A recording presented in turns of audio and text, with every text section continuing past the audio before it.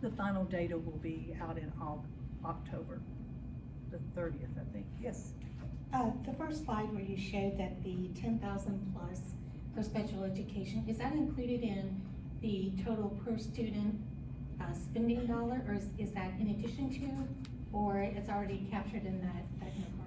That is the amount of money that we use and we're given by the state, and also what general funds is needed and required to support the individual needs of the students. So that's overall.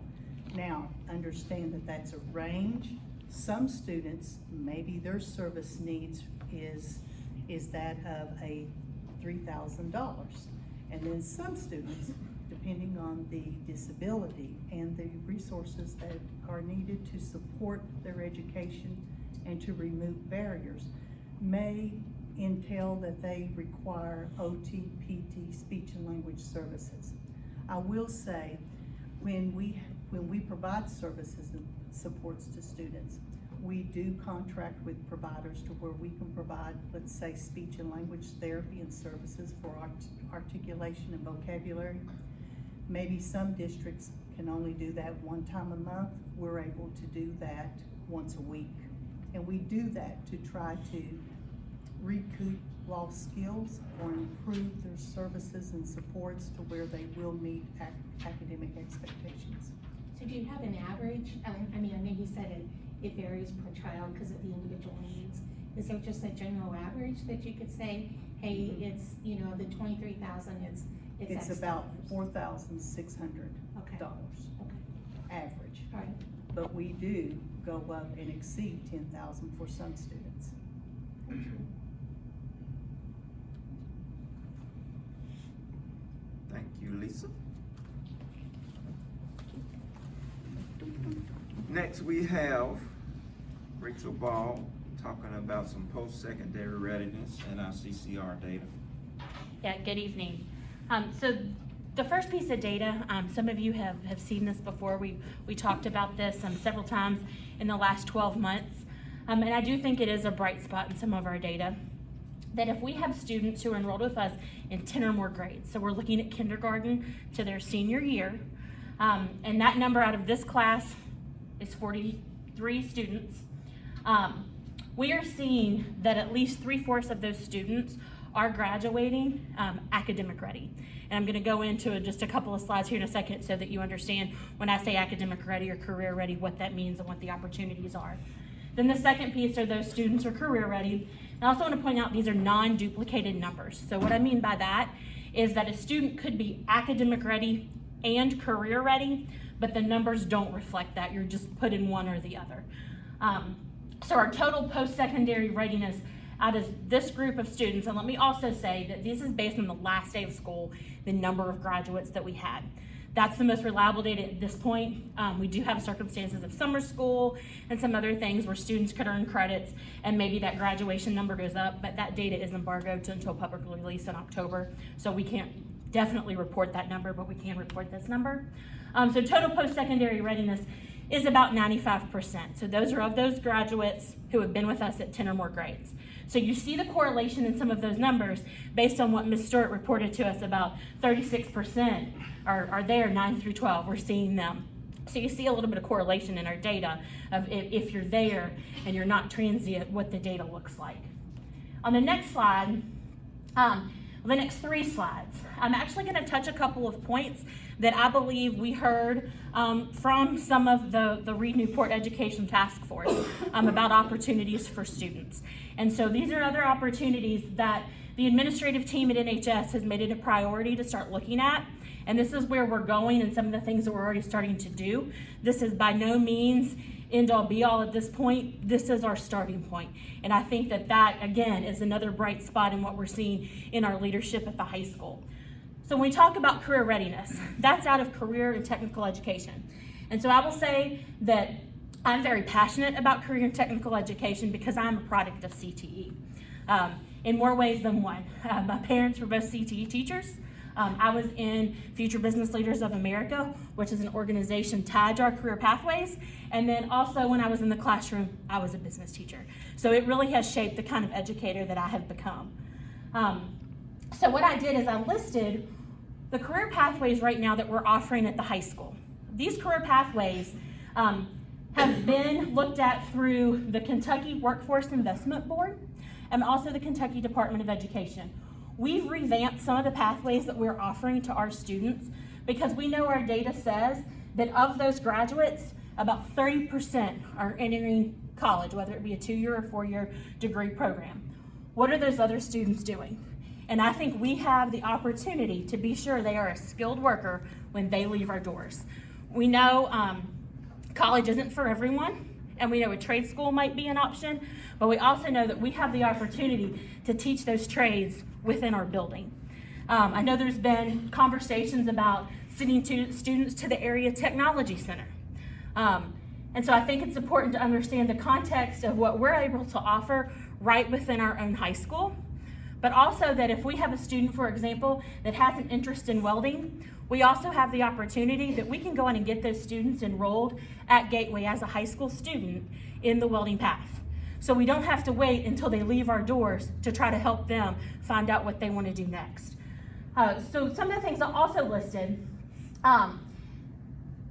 accounting, administrative support, those pieces either have an industry certification, so that's something that's recognized within industry as being kind of an entry level foot in the door, and sometimes if it's for somebody who doesn't have Microsoft Office Specialist, for example, that certification, and a student who's coming in at age 18 with a certification, that they are more likely to be hired in a lot of these industries.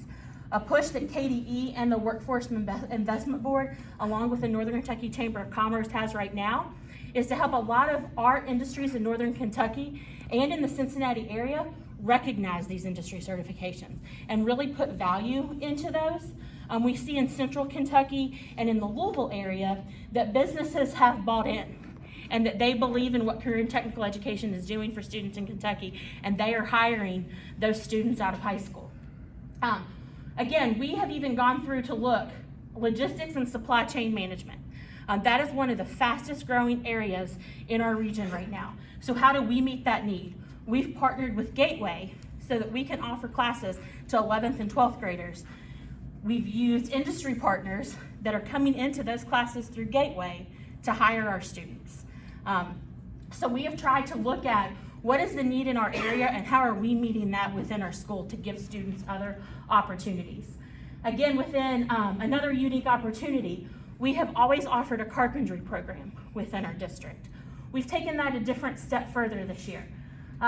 We're offering 2 dual credit courses that are introductory courses in construction, blueprint reading, or maybe it's just called blueprint reading, and industrial safety. Those are 2 intro classes into a lot of plumbing and HVAC and electrical programs. So now we're opening the door for students to not just be in a carpentry program, but take those introductory courses through Gateway within our high school setting to then be able to put them on a path to take other classes that they're interested in. Then finally, teaching and learning was also a new pathway that we implemented this year. And I will say we have a little bit of work to do in that pathway. And basically what that pathway is it is building our future educators. And so we're starting that program within KU, again, to develop a dual credit program to where they take those intro teaching classes within our school setting, but it helps us develop our pipeline of students who are in our school, who learned in our school, and will come back and teach in our school. So we're in the beginning stages of that. Next one. Again, to put just in context when we talk about academic and career readiness, I find that it's very important that we understand what academic readiness means and that what it means by a state accountability standard when we talk about that. Because sometimes I think those terms get misused or confused because our community thinks academic readiness means this over here, and in educator terms it means something totally different. So getting us all on the same page to understand academic readiness. You can achieve that in 3 different ways now within a high school. It is meeting those benchmarks on the ACT, English, Math, and Reading, 18, 19, 20. Something else that's really important to note there are those are benchmarks determined by the Council on Post-Secondary Education. Those are not ACT determined benchmarks. So sometimes I'll even have students who'll say, gosh, I didn't meet benchmark, Ms. Ball, and we look at their score and I say, but you did, and let's talk about that. and it's they didn't meet what the ACT national benchmark has said, but the Council on Post-Secondary Education has set those benchmarks for Kentucky students to be 18, 19, 20. So we have a lot of discussions about those with students. The Coyote benchmark test, and you may hear students talk about that. That is another means of meeting academic readiness. It's another assessment that universities and colleges here in our state will take to say you are more likely to succeed in a college level course and not need the developmental courses. So those are what Coyote is. And then also dual credit. So Kentucky also sees dual credit as being a means of post-secondary ready if you make a C or better in courses. And so those are Kentucky approved courses, so KDE approved courses. And those are anything from English, math, and then now they've even included those dual credit courses to show that you're academic ready in a skilled trade path or something like that. It isn't just English, math, and reading anymore. So they also are starting to make the turn in accountability to really see how career readiness fits into a student's path when they leave their high school setting. And then the last one, again, these are all things that are starting to be implemented at the high school, and these are all based on suggestions of stakeholders to make that high school path more meaningful for students. So for several years, we've been involved in the River Cities Network Partnership. And so that started several years ago, and it all started with Delta. Delta came to the table, and Delta wanted to figure out how do we get students to come work for us. And so the River City, some of the superintendents came together and said, we know that there's power in numbers.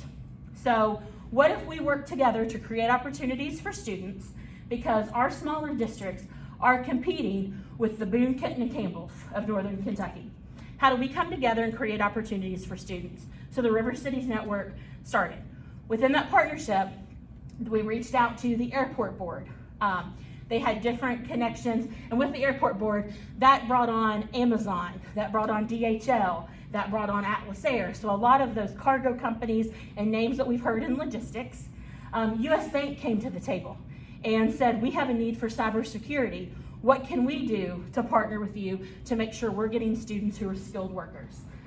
So that partnership started. It has evolved into several other network pieces that Newport is going to be sure we take advantage of this year and our partners. So the Navigo in-school coaching, this is where we help train our teachers through business partners to be able to have those valuable conversations with students about what are your plans when you leave this school. Lately, when I've been talking to students, I've talked about, is it enroll, is it employ, or is it enlist? What are the three things one of the three things you're gonna do? And if it's get a job, then are we meeting your needs as a student to be sure you're a skilled worker? Because we have every opportunity for Newport High School to be where every industry comes to say, we know we'll get a skilled worker from these students. So that's in-school coaching, where we train our teachers to start having those very critical conversations with students. The third one goes right along with that. It's called U-Science. It's the individual learning plan for for students. We've also asked our teachers to be a partner in this by engaging in their own ILP.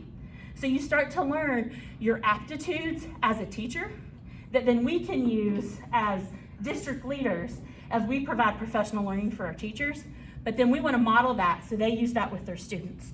So when we know that we have an opportunity at DHL for students who might be interested, we can pull students with that aptitude and that interest and get them as early as 8th, 9th grade to go on a site visit at DHL. We can get them to go to a site visit. There's a couple of construction companies who will let our students come on site and see what goes on if I'm gonna go work for Fisher Homes. But it's using what they do within their individual learning plan and finding their aptitudes that help us determine, do we have the right path for this child, and making that really individualized for the student. And then the last piece, I know was very valuable to me. Some of you all know that I have served in several different roles here within the district.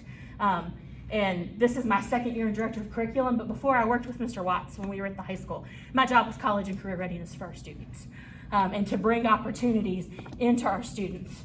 And the College and Career Counselor Network didn't exist then. And I can only imagine the power that would have had in my ability to help our students and get them on the right path. So we have made a commitment with the admin team at the high school that they are going to attend the College and Career Council Network.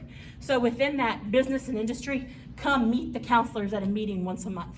They set up presentations, and then also twice a year, I call it, they kind of have speed dating, where the employers are set up and our counselors can go from employer to employer to find what do they need in a skilled worker and how can those needs be met by our school district. So that was a really quick version of what takes a lot of time, but yes, ma'am. So I've had 2 children graduate from Newport, and while I do applaud the variety of vocational opportunities that are at Newport, both of them came home to tell me about how little is expected in their career classes, that there were kids that literally did nothing and passed the classes. So how do you, where is the expectation that these kids are going to succeed in these classes if there are kids coming home telling their parents that there are large groups in the class that do nothing? And I think you've hit what Mr. Watts said at the very beginning, our attitude of academic excellence. That is a mind shift, and it is a change that has to happen district-wide, and it has to happen within our classrooms. And I know that from the work I've done with Mr. Grayson at the high school so far in just the last 2 months, he has let the teachers know that we have a standard of academic excellence. And so it has to be a change in mindset. It has to be a change in what's expected within our classrooms. And so again, I don't think you see that overnight, but I think you start to see some of those changes. And I think that goes back to another point that that Mr. Watts had of, there are things that we can agree with that have been presented and been talked about, and they have to change. And that's the only way they get to change is if they have expectations and they're held accountable and monitored.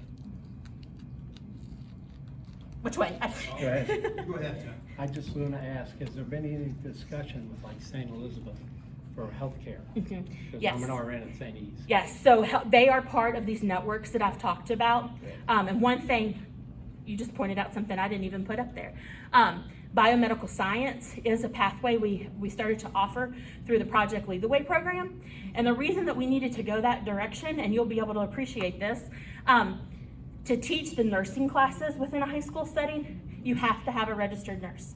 And so we've had a hard time getting a registered nurse that wants to come work in a school 5 days a week for teacher pay up. That's where we are when they can look. Now, I will say also, through the partnerships that we've talked about, St. E is trying to come up with options about how they can create courses where they will give RNs time off to still be employed by the hospital, but go in and teach some of these courses. So those are all things that have come to the forefront as we've talked about what opportunities we need to have. There's been some barriers, but I do think we have people in our area that are willing to try to break barriers and what can we do and be creative. Yes, sir.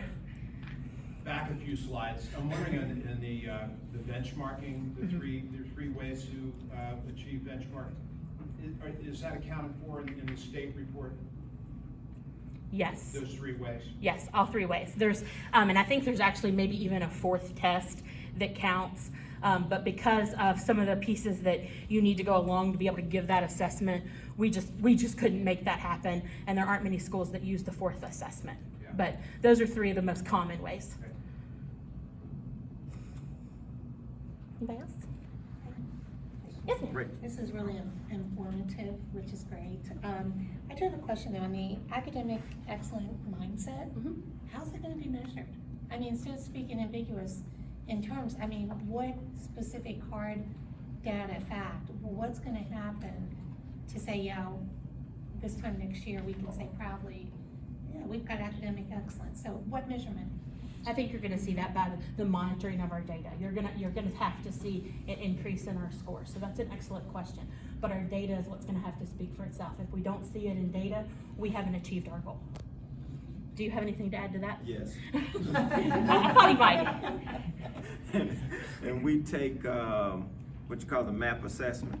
So you've heard about that. So each time we take the MAP assessment, we want to see where we are. So the first time we take it, we have benchmark scores from last year. So when we look at this year's MAP assessment, the first time we take it, I think end of September, October, sometime there, we'll compare to where we were then. We do iReady, which is another program. So every time we take an assessment, we're going to be looking at those assessment scores to see are they improving. So monthly, I meet with my principals, and we will look at discipline data, academic data, attendance, failure data. So those are the things monthly that we will be looking at, and every month we want to see some improvement. So that's the way we monitor, that's the way I monitor my principals, and they should be doing the same thing at the schools. And if we're all doing that, and it's down to the classroom level, the teachers are monitoring the kids, then we will see those gains. We talk about the academic excellence. This year we're implementing any time a kid has an F, and Bobby brought up kids not doing their work, any time a kid has an F in school, they are expected to stay for after school tutoring and ESS. If they have 2 Fs, then they can't attend ball games and any extracurricular activities. So again, the mindset hasn't changed. They have to understand the expectation is you're gonna do this or you're not gonna have fun. So that's just the way it has to be, and over time, if we implement those things and we do what we're supposed to do, we're gonna see those gains. Now, why is the bar set at an F? Why is it set Why do in they have F? to get so low?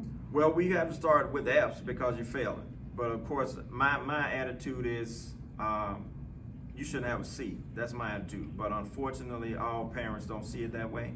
So we have to depend on parents to help us as well. There has to be some expectation at home.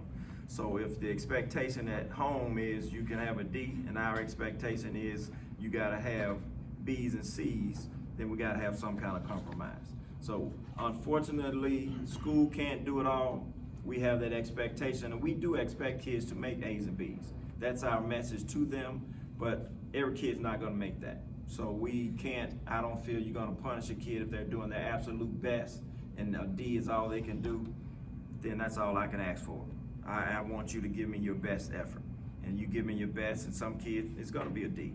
And that's just the way we're all created. We don't learn the same. It takes some kids longer to get the material. So, we can't say every kid's gonna be an A, B student. That's not life. All of us in here don't have the same intelligence. So we have to understand that. The expectation is, yes, you're gonna do it, you're gonna achieve, but we have to be realistic as well. Can I add one more thing I forgot? Then I'll stop. Go ahead. We talked about passion for CTE, and I think that came out, but what I forgot to talk about is the opportunities we do have for our students in the academic component. We do offer dual credit courses. Students can earn up to 60 credit hours as a high school student. So basically your associate's degree while you're in high school. We partner with Gateway. We also partner with NKU. And then a new program we're a part of this year is called the Young Scholars Academy. And those students go through an application process during their 10th grade year. They're accepted into the program at NKU, and they become full-time NKU students while also dually enrolled in their high school. So those students will take classes around what they think they have an interest in. So we have a STEM program, they have business, they have pre-med, they have pre-law. There's a whole wide variety of things that they can do, but I forgot to mention our dual credit component of where we have students going, where we have students off of our campus on a college campus, and that we do have those opportunities as well. So I forgot about that. Yes, ma'am. How many students are taking advantage of that? We have 7 students who are YSA scholars. Those were the spots that we were given through the program. And then through dual credit, we have 30 students who enrolled at Gateway through the dual credit program. Those are 11th and 12th graders. And each year we want to increase those numbers. We hadn't done a good job of that, and we have to own that. But moving forward, we've communicated with the administrative team at the high school, and they feel the same way. We got to do better for our kids. We got to give them more opportunities, and every time there's anything out, you know, and the principal's back there now, I send him emails, this is an opportunity for our kids, and he says, you know, we'll get on it. So, you know, we have to do better in a lot of areas. We know that, and we will do better. Can you, Rachel, run this for me? You know, I gotta go to the bathroom quick. Jennifer Hoover? Why don't we take we've been going nonstop, so let's take a 5-minute break, because I'm sure you're not the only one that needs